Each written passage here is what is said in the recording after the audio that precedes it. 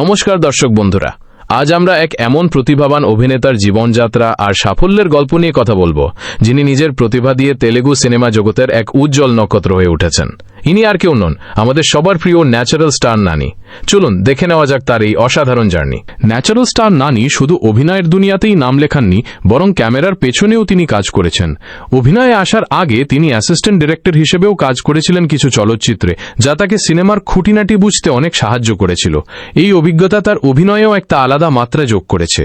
Natural star নানি, যার আসল নাম ঘান্টা নবীন বাবু, তিনি 1958 সালের 24শে ফেব্রুয়ারি হায়দ্রাবাদে জন্মগ্রহণ করেন।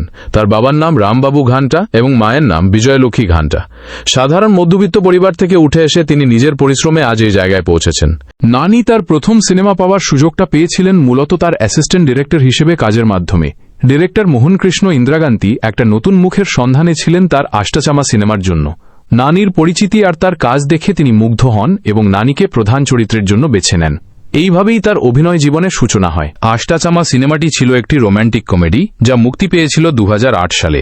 সিনেমাটি বক্স অফিসে দারুণ সাফল্য পায় এবং দর্শকের মনে জায়গা করে নেয়। এতে নানি দ্বৈত চরিত্রে অভিনয় করেছিলেন, যেখানে তার অভিনয় শৈলী ছিল একেবারে স্বাভাবিক ও সাবলীল, যা সবাইকে মুগ্ধ করেছিল। আষ্টাচামা সিনেমাটির গল্পটি গড়ে উঠেছে মূলত একজন মেয়ের চরিত্রকে কেন্দ্র করে, যার পছন্দের অভিনেতা হলেন মহেশ বাবু। সিনেমার টুইস্ট তখনই আসে যখন সে জানতে পারে তার হবু বরের নামও মহেশ বাবু। নানির অভিনয় এই পুরো পরিস্থিতিকে একটা দারুণ কমেডির পর্যায়ে নিয়ে যায়। এটি তার ক্যারিয়ারের অন্যতম সেরা মুহূর্ত, যা তাকে তেলেগু চলচ্চিত্র জগতে পাকা জায়গা করে দেয়। নানির দ্বিতীয় সিনেমাটি ছিল রাইড, যা মুক্তি পেয়েছিল 2009 সালে। এই সিনেমাটিতেও তার অভিনয় শৈলী দর্শকদের বেশ নজর কেড়েছিল এবং তার বহুমুখী প্রতিভার পরিচয় দিয়েছিল। রাইড সিনেমাটি একটি অ্যাকশন ড্রামা ছিল, যেখানে নানি একজন যুবকের চরিত্রে অভিনয় করেছিলেন। এই ছবিটিতে তার অ্যাকশন সিকোয়েন্স এবং আবেগঘন অভিনয় বেশ প্রশংসিত হয়েছিল এবং এটি তার ক্যারিয়ারে আরেকটি মাইলফলক হিসেবে চিহ্নিত হয়। নানির তৃতীয় সিনেমাটি ছিল স্নেহিতুডা, যা মুক্তি পেয়েছিল 2009 সালে। এই সিনেমাটিতেও তার অভিনয় শৈলী দর্শকদের মন ছুঁয়েছিল এবং তার বৈচিত্র্যময় চরিত্রগুলোর পরিচয় দিয়েছিল। স্নেহিতুডা সিনেমাটি একটি রোম্যান্টিক ড্রামা, যেখানে নানি সায়ে নামের একটি চরিত্রের ভূমিকায় অভিনয় করেছিলেন। ছবিটির গল্পটি বন্ধুত্ব আর প্রেমের জটিলতার উপর ভিত্তি করে তৈরি হয়েছিল, যেখানে নানির অভিনয় শৈলী দর্শকদের আবেগের সাথে খুব সুন্দরভাবে যুক্ত হতে পেরেছিল। নানির চতুর্থ সিনেমাটি ছিল ভিমিলি কবাড্ডিজা 2, যা মুক্তি পেয়েছিল 2010 সালে। এই সিনেমাটিতে তিনি একজন কবাড্ডি খেলোয়াড়ের চরিত্রে অভিনয় করেছিলেন, যা দর্শক মহলে বেশ প্রশংসিত হয়েছিল। ভিমিলি কবাড্ডিজা 2 সিনেমাটি ছিল একটি স্পোর্টস ড্রামা। এতে নানি সুরিবাবু নামের একটি যুবকের ভূমিকায় অভিনয় করেছিলেন, যার একমাত্র স্বপ্ন ছিল তার দলকে কাবাড্ডি চ্যাম্পিয়নশিপে জয়ী করা।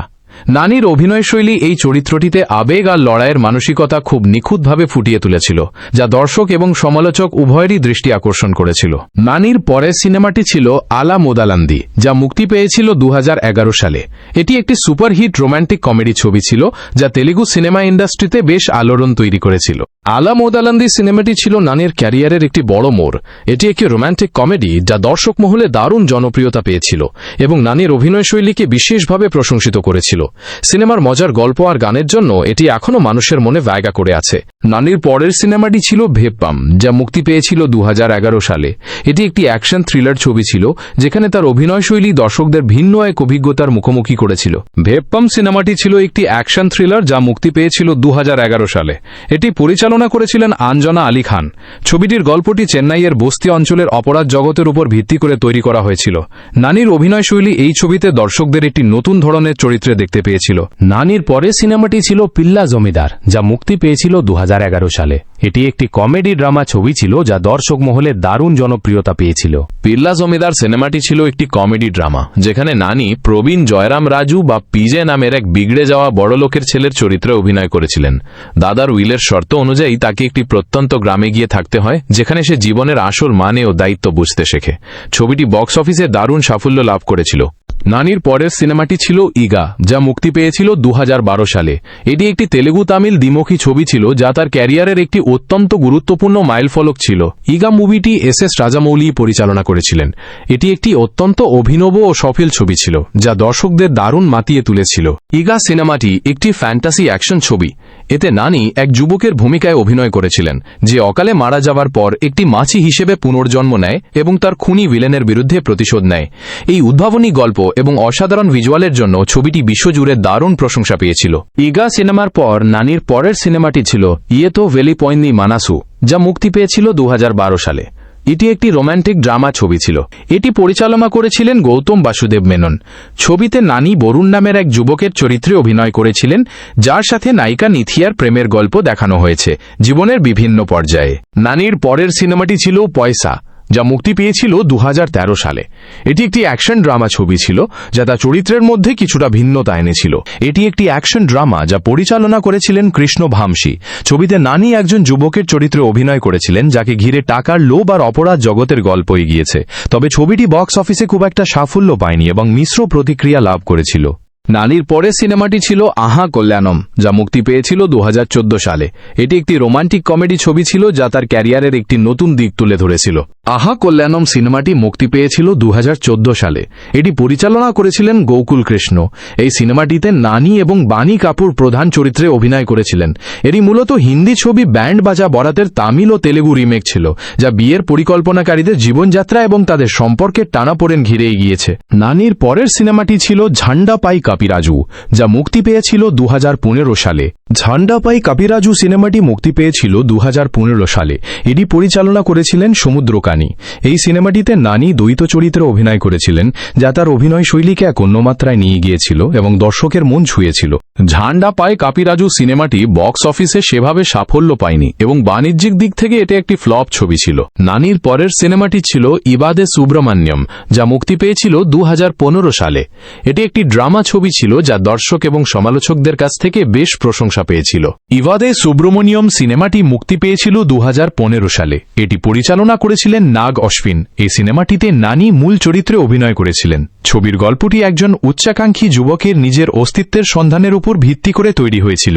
বাণিজ্যিক দিক থেকে এটি একটি হিট ছবি ছিল এবং এর বিষয়বস্তুর জন্য এটি সমালোচকদের কাছ থেকেও বেশ প্রশংসা পেয়েছিল। ইবাদে সুব্রমণ্যম সিনেমার পর নানির পরের ছবিটি ছিল ভালে ভালে মগাদি বয়, যা মুক্তি পেয়েছিল 2015 সালে।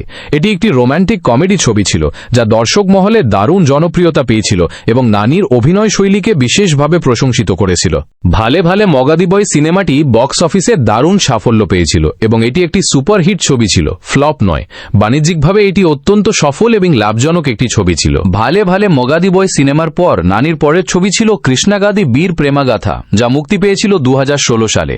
এটি একটি রোম্যান্টিক কমেডি ছবি ছিল, যা দর্শক মহলে বেশ জনপ্রিয় হয়েছিল। কৃষ্ণাগাদি বীর প্রেমাগাথা সিনেমাটি মুক্তি পেয়েছিল 2016 সালে। এটি পরিচালনা করেছিলেন হনু রাঘবপুরী। এই সিনেমাটিতে নানি মূল চরিত্রে অভিনয় করেছিলেন।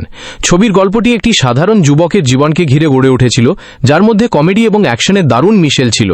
বাণিজ্যিক দিক থেকে এটি একটি হিট ছবি ছিল এবং দর্শকের পাশাপাশি সমালোচকদের কাছ থেকেও ইতিবাচক সাড়া পেয়েছিল। কৃষ্ণাগাদি বীর প্রেমাগাথা সিনেমার পর নানির পরের ছবি ছিল জেন্টলম্যান, যা মুক্তি পেয়েছিল 2016 সালে। এটি একটি রোম্যান্টিক থ্রিলার ছবি ছিল, যা দর্শক মহলে বেশ প্রশংসিত হয়েছিল। জেন্টলম্যান সিনেমাটি মুক্তি পেয়েছিল 2016 সালে। এটি পরিচালনা করেছিলেন মোহন কৃষ্ণ ইন্দিরাগান্তি। এই সিনেমাটিতে নানি দ্বৈত চরিত্রে অভিনয় করেছিলেন, যা তার অভিনয়ের বহুত্বকে ফুটিয়ে তুলেছিল। ছবির গল্পটি একটি রোম্যান্টিক থ্রিলার, যা দর্শক এবং সমালোচকদের কাছ থেকেও দারুণ প্রশংসা পেয়েছিল এবং এটি বক্স অফিসেও সফল হয়েছিল। জেন্টলম্যান সিনেমার পর নানির পরের ছবি ছিল মঞ্জুনু, যা মুক্তি পেয়েছিল 2016 সালে। এটি একটি রোম্যান্টিক কমেডি ছবি ছিল।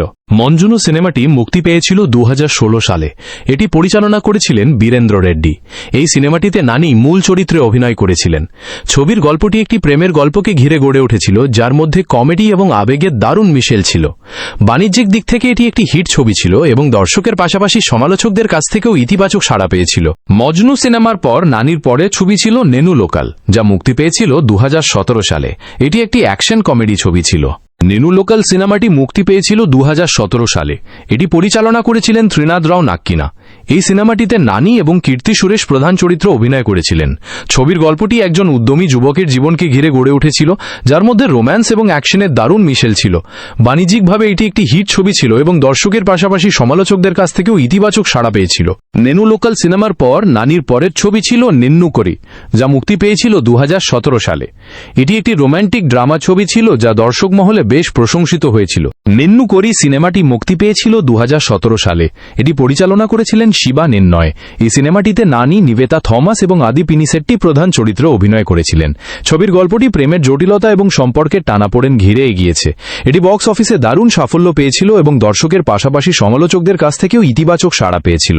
নিন্নু কোরি সিনেমার পর নানির পরের ছবি ছিল এমসিএ অর্থাৎ মিডল ক্লাস আব্বাই, যা মুক্তি পেয়েছিল 2017 সালের ডিসেম্বরে।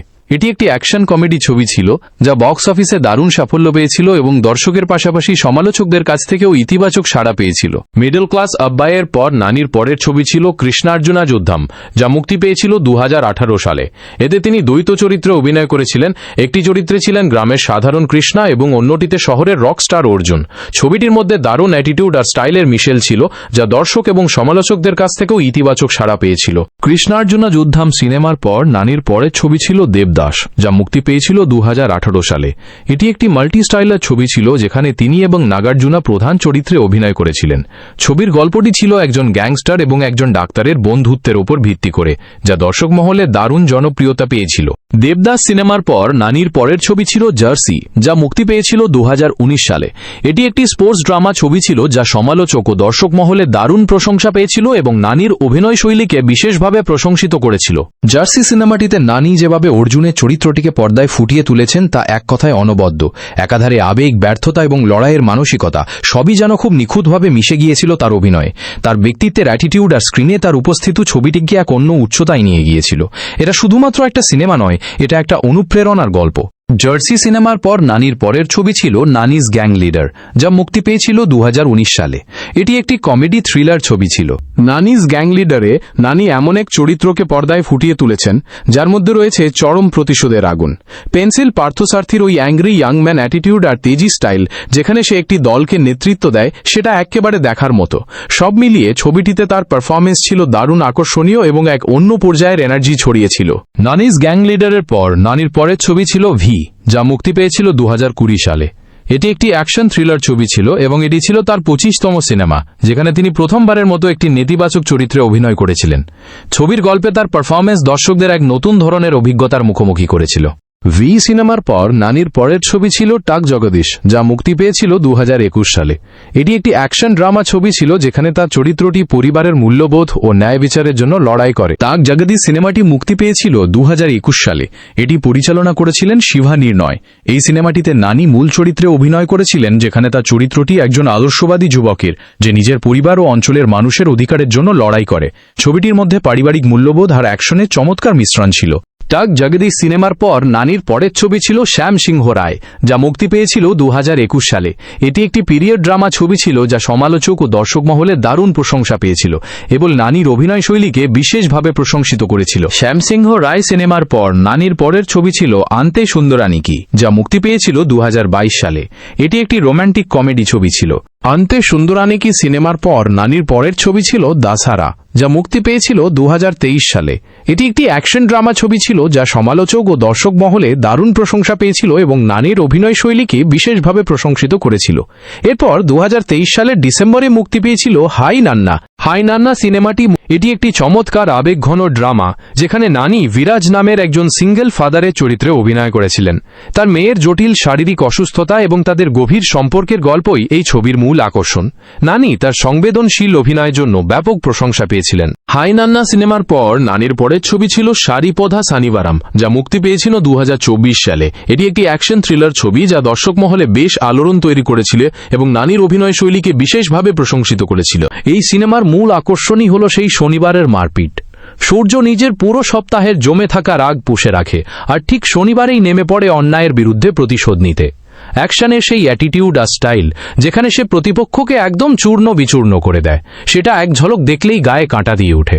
এটা এক অন্য পর্যায়ের action thriller. Hit the third case সিনেমাটি 2025 সালের 1 মে মুক্তি পেয়েছিল। এই ছবিতে নানি অর্জুন সরকার নামের এক দুর্ধর্ষ পুলিশ অফিসারের চরিত্রে অভিনয় করেছিলেন। ছবিটি একটি সাসপেন্স থ্রিলার এবং তার অভিনয় দর্শকের পাশাপাশি সমালোচকদের কাছ থেকেও বেশ প্রশংসা পেয়েছে। বন্ধুরা, ন্যাচারাল স্টার নানির আপকামিং সিনেমার তালিকায় রয়েছে এক দারুণ চমক দ্য প্যারাডাইস, যা মুক্তি পেতে চলেছে এই বছরের আগস্টে। দ্য প্যারাডাইসের পর নানি যুক্ত হতে পারেন নতুন ছবি ব্লাডি রোমিওতে, যা পরিচালনা করবেন সুজিত। এটি একটি স্টাইলিশ গ্যাংস্টার অ্যাকশন মুভি হওয়ার সম্ভাবনা রয়েছে। তো এই ছিল আমাদের আজকের ন্যাচারাল স্টার নানিকে নিয়ে বিশেষ জার্নি।